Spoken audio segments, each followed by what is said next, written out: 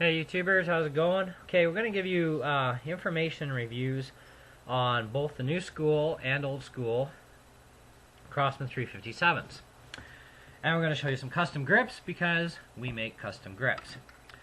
Among other things, we make metal parts like muzzle brakes and so on. Anyhow, we're going to start with my wife's gun.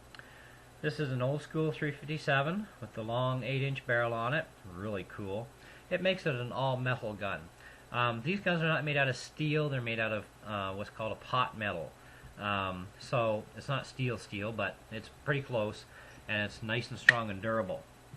Now, a few things about the old school guns that I'm going to show you. I'll show you on mine here. This has an original front nozzle spring in it, so it's very, very stiff. Okay. Now, I really don't like this, so eventually I'm going to actually change mine out. And I have the 6-shot clip, and it's the only clip I can use in this gun without damaging my indexing trawl. I don't know why, it just seems to be the mathematics and the way it wants to work.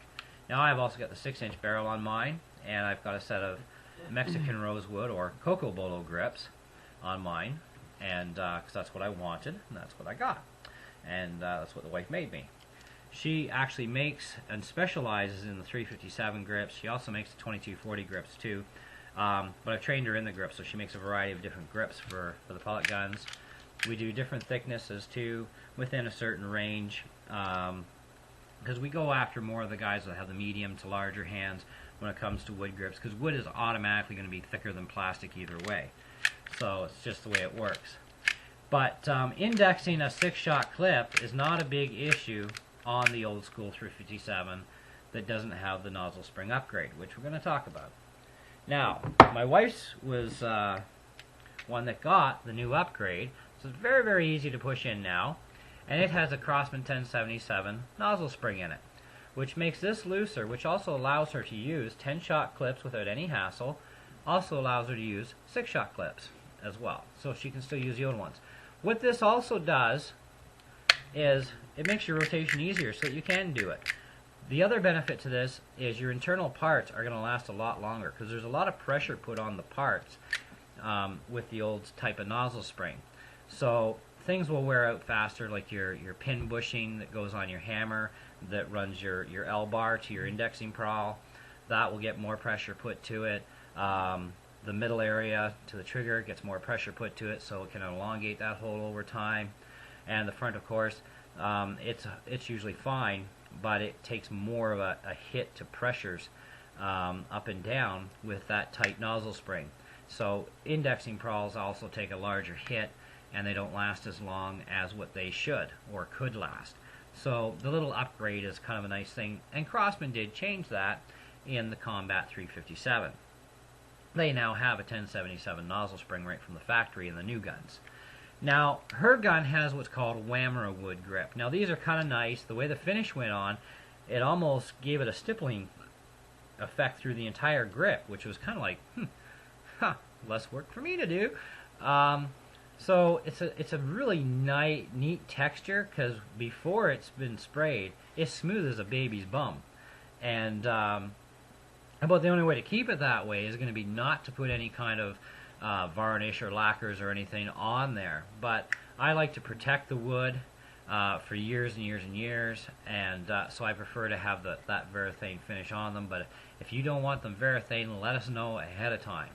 But I would tell you this much: if you don't protect them, the grease and stuff from your hands is going to get in there and make the wood dirty, and you can't clean it, which is another reason why I like the varathane finish.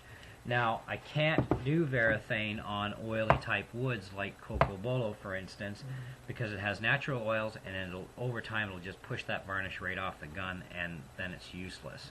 So, not going to happen there. And with cocoa bolo, because of the natural oils, it's also going to keep yours out. So, it has a benefit to it, you know, and it's a very nice wood.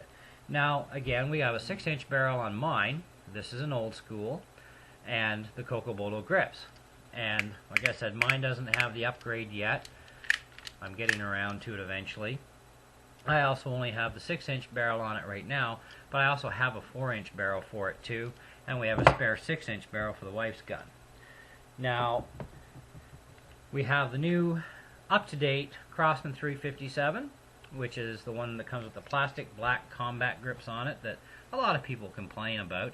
Not so much the style, but they fit rather sloppy. And you got to take both grips off to change the bottle, which is a hassle.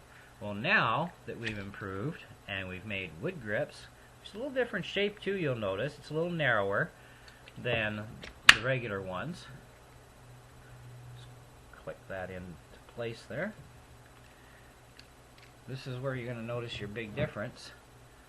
Old school with the whammer here, the one I'm shaking. Okay. New school. Frame style is a little different. Now, your comfort level is fine on either one. This is your more westerny feel, which is really cool, right? This is more of a, I call it the Smith & Wesson. It's narrower. It's just as comfy. Very nice either way in the hand, you know. We can put some kind of indents into these. Not a very thick finger knurl, but if we had to, we could. I just don't like doing the finger knurl stuff because you never know with a person's fingers where they're going to be placed for the most part. So if you put it in a zone for somebody and it's not comfortable, then you got a problem.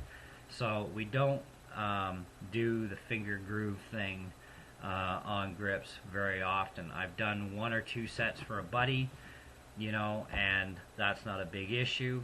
But he also has hands like mine, so they're actually, we checked and they're about approximately, they're within, you know, they're really much the same. So there was no big deal putting finger knurls into his for him. So, and they weren't the shallower type, they were more of a wraparound knurling type of thing we did for grooving. So, and we did both sides too because they were made for left or right hand shooting. So either person could use them without a problem. Now, this gun, like I said, from the factory has that 1077 nozzle spring. And you can hear the difference here. You know? And comes with a 10-shot clip. Now, this is my gun with the old spring. Very pronounced difference. Now, either one of them is still going to give you a nice tight air seal either way. The advantage here with taking an old school gun and giving it a bit of a modern setup here for the indexer is you're going to be able to run 6 and 10 shot clips in the old without any hassles whatsoever. And with the new model, you can run a 6 shot or you can run the 10 shot right off the hop. No issues. Now, 6-inch barrels, 4-inch barrels are always plastic shrouded. Okay, this is your main shroud area. Your barrel is actually inside. All these guns are all rifled barrels, so no problems there. You got the best accuracy. You've got speed edge there too, because a smoothbore barrel is actually slows you down a bit, and it's not as accurate of a shooter. Now, all of these guns have adjustable windage and elevation, so you can set them up for different ranges and so on. Because every gun is different, even the exact same gun for 6-inch barrels. So put 2 6-inch barrel guns together, 2 4-inch barrels, 2 24-inch barrels, I don't care what it is, 2 of the exact same gun. It is not likely you're going to get both of them to shoot the same pellet as accurately. They're not going to have the same speed performance. Many different characteristics are going to be very different between the two.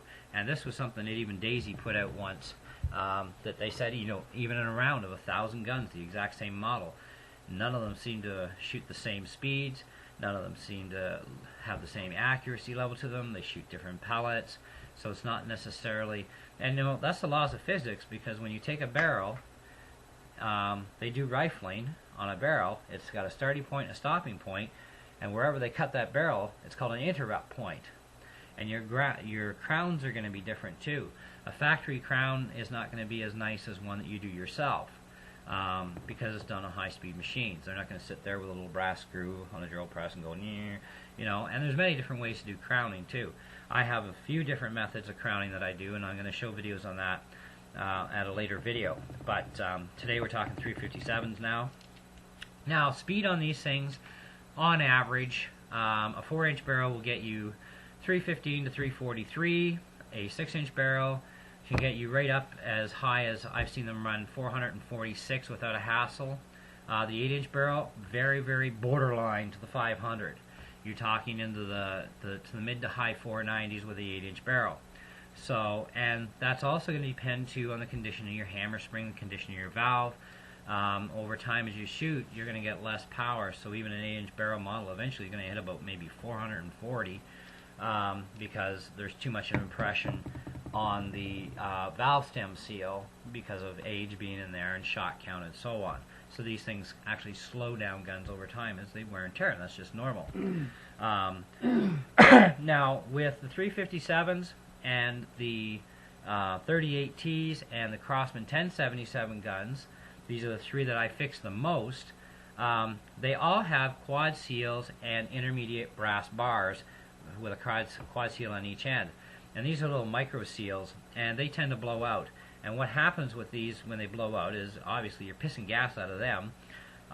So if they go first, gas is going to piss out and sound like it's coming out of the end seal, and it's not the end seal. It's more than likely it's that quad seal. If it does actually come out the end seal, you'll actually know, because with these guns, here's your end seal here, but here's your quad here. This is your first quad seal of the two. Your other one's up in here. Now, if you see gas physically pissing out of here, then you definitely know that it's that quad seal. If you hear it up in here, but you don't see it or feel the pressure coming out of here, it's the front quad seal. If you see it coming right out of the end seal only, it may only be the end seal. But it may be the end seal, and it could be this one at the back end where you can't see. So you got to change the end seal first, if that's the most suspected area.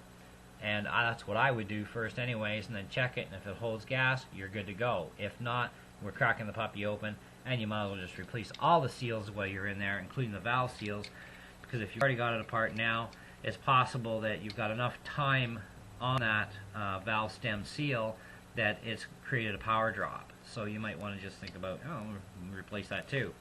And generally, whenever I crack any of these open, I just put a whole new seal kit in them, get it over with and done. Everything's brand new, I know it's good, and so on and so on.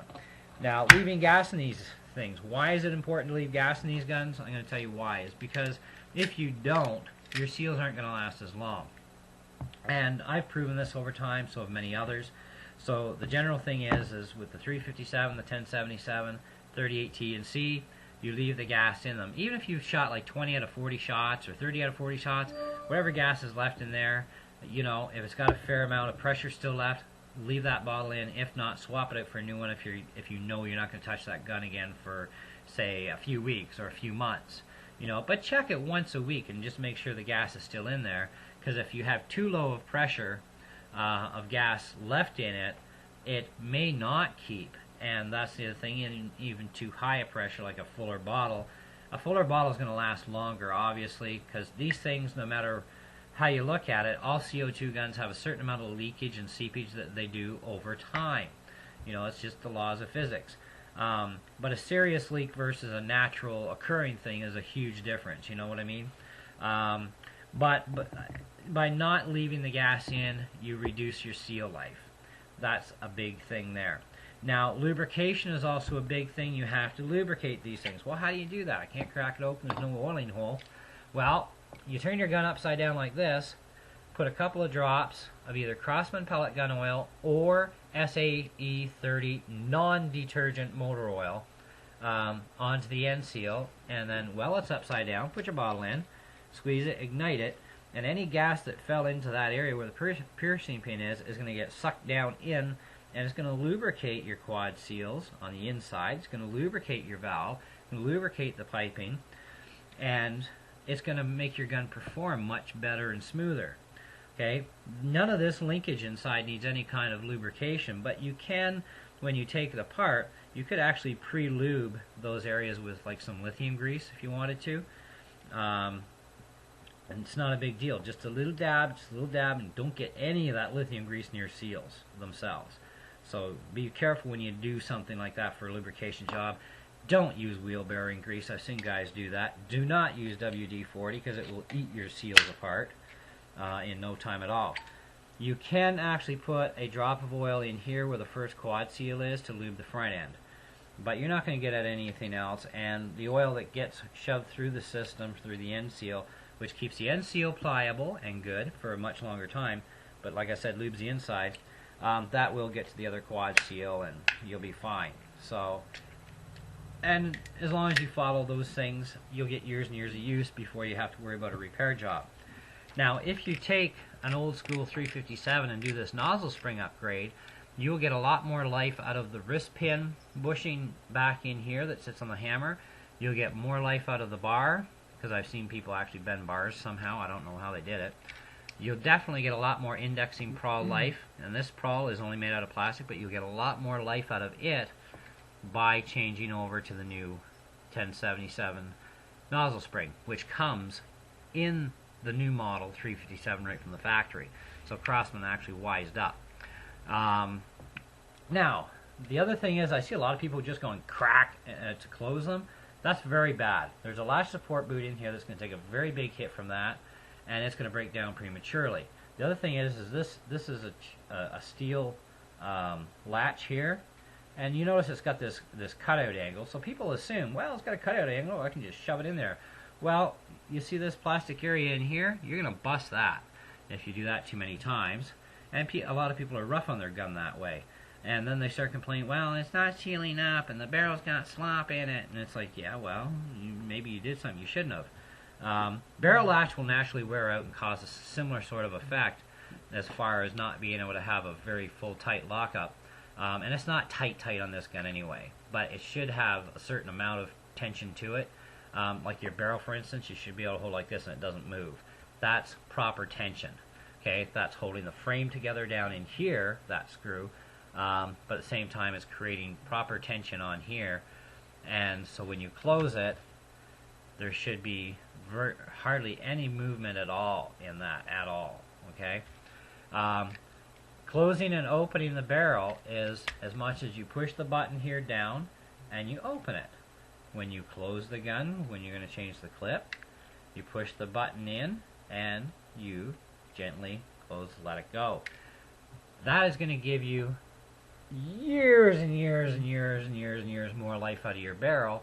It's going to make sure, it's going to ensure that you don't bend or break the tip off of your latch. And I've seen people bend these latches over. I've seen them snap them off. I get a gun in and I'm like, okay. And then, you know, I have a chat with the customer and let them know, hey, you know, this is what you should do, this is what you shouldn't do. And, you know, I mean, I don't give anybody heck for it. I just, you know, very polite. And because a lot of people don't know. A lot of people don't read the instructions. And that's part of why I do a lot of reviews on different things, too, is to help people out. So this is my help out on this one for today on that one. Elevation, windage adjustment on all 357s, no problem. Front blade, always fixed.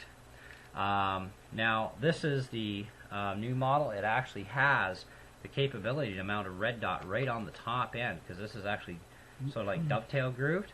I actually had a red dot scope on this not too long ago. Now, on the old school 357s, plastic shrouded or metal, you weren't able to have any kind of rail mount. I mean, it looks like it could, but I've tried it and it doesn't. It's not wide enough. So they had what's called barrel clamp mounts for scopes, like red dots and stuff, or pistol scope. And they were a set of clamps. Now, it's real hard to find those nowadays.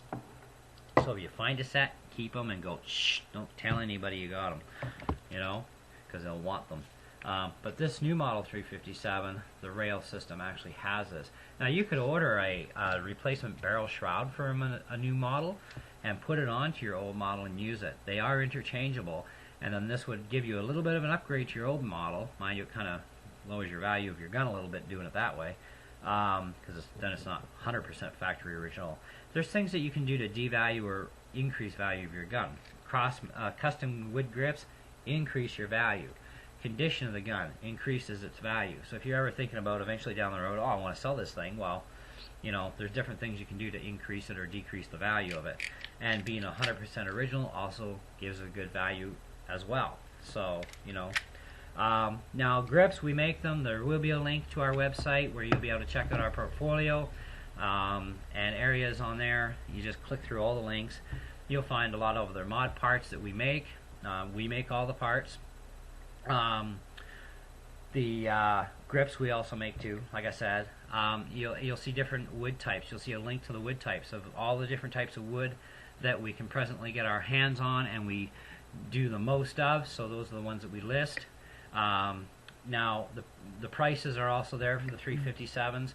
The 38Ts, if you want these things done, I mean, we can do them, and we're going to price them the same as the 357. So my wife will end up doing a website upgrade pretty soon, but that's also going to depend on whether or not we can source out more clips for these particular guns. Now a 38T, we can take or a 38C, we can take the clip off your original grip, transfer it to the new one, or you can transfer it when you get your grips. Up to you. All the other mounting hardware will be with the grips. So old school 357, same thing, we can swap your clips. The new model 357 does not have this spring load clip, so we're going to have to go by supply and demand on that particular gun, and unless we can find a supplier or find a way to get them made soon, we will be discontinuing the combat model 357 grips, but we'll still do the old ones, and we'll do 38s.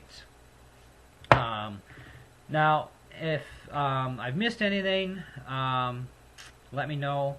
But you know, basic feature too: safety, cross block safety. Just pull the hammer back a little bit, clip the safety, and it's not going to fire. Right? So you know that already.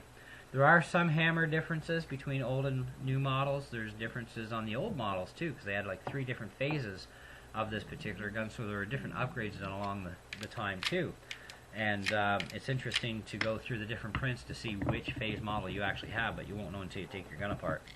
And you don't want to do that unless you're doing seals at the time, because as soon as you pull this side cover off, most of the time the quad seals fry.